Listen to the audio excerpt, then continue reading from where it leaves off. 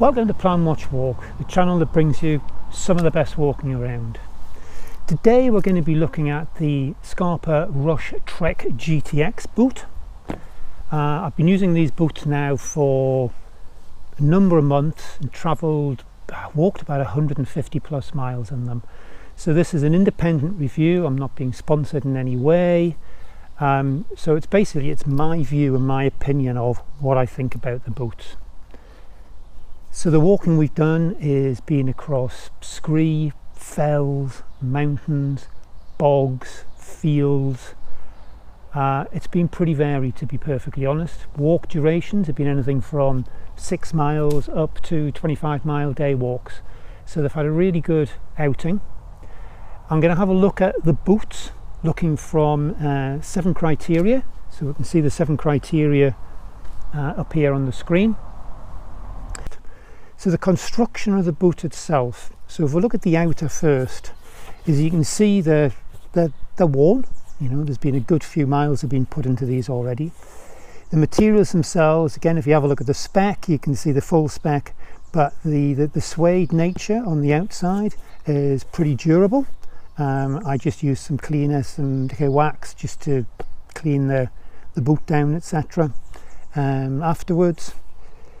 What I do like, there's one feature on here which I really do like, and we've got around here this particular clasp here, this one here, it locks in the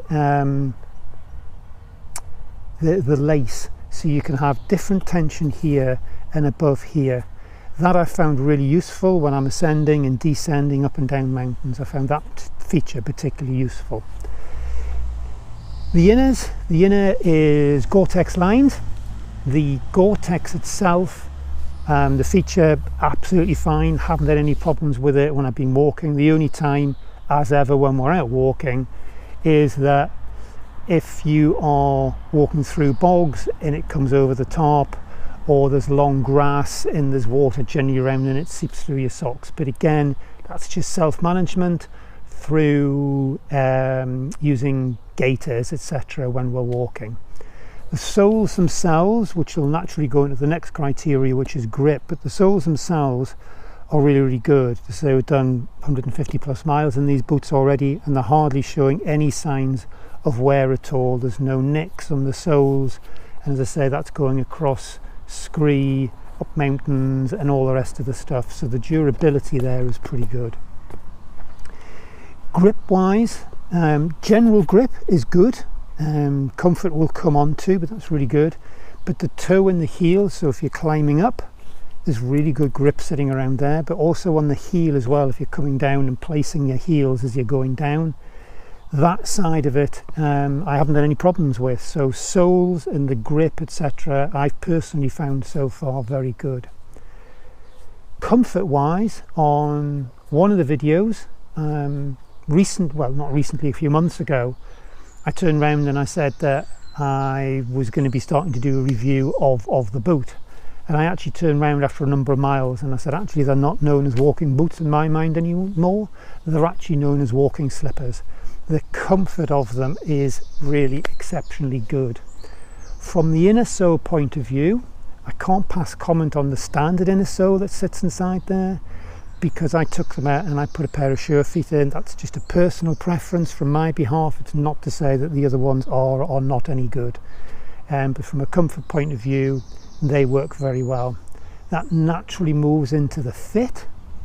The fit of the boot, when I get a boot, I always go slightly oversized for my normal shoe size, and I think that's personally pretty advisable to do, because when you're walking and you're actually pressing down, your feet naturally, your toes naturally expand when you're walking. So to have that little bit of a room inside there is very, very good.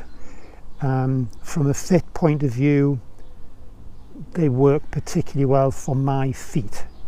Can't say any more than that. Well, as I mentioned earlier about the waterproofing wise, as I say, the Gore-Tex of it, the walking through, and if there's small ponds or whatever, or water, residual water, and you're walking through, etc., as long as it doesn't come up and over the top, it's very, very good. We've got the natural webbing sitting up here, which works particularly well as well. Living with the boot, I have found no issues with living with the boot. As I said before, as I mentioned in the video, that the boot itself, I called it in the video, it now becomes a slipper. Cleaning wise for it, so that's fit, but cleaning wise for it, coming back, I just use a nick wax type substance on them just to make sure that they're clean and the rigidity of them. But very little sticks to it. As you can see, they're worn. They've done 150 miles plus of walking, so you know they've been used and they continue to be used. So from a point of view of the living with the boot, it's really, I don't have a problem with it. So overall, cost wise, it is a fair boot. It's not the cheapest boot on the market by any means. We can get cheaper boots, but the extra cost of the boot, you can see where that cost's gone, and the cost going into the actual boot itself and the features of the boot is very, very good. I personally struggle to have any criticism of the Scarpa. When these eventually wear out, if this model's again still on the market, I would I wouldn't have any hesitation about getting another pair of that. I hope that's been useful.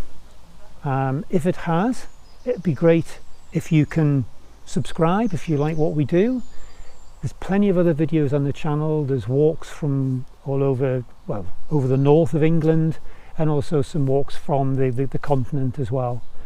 So if you like what we do, please feel free to subscribe, and look forward to seeing you on future videos. Bye for now.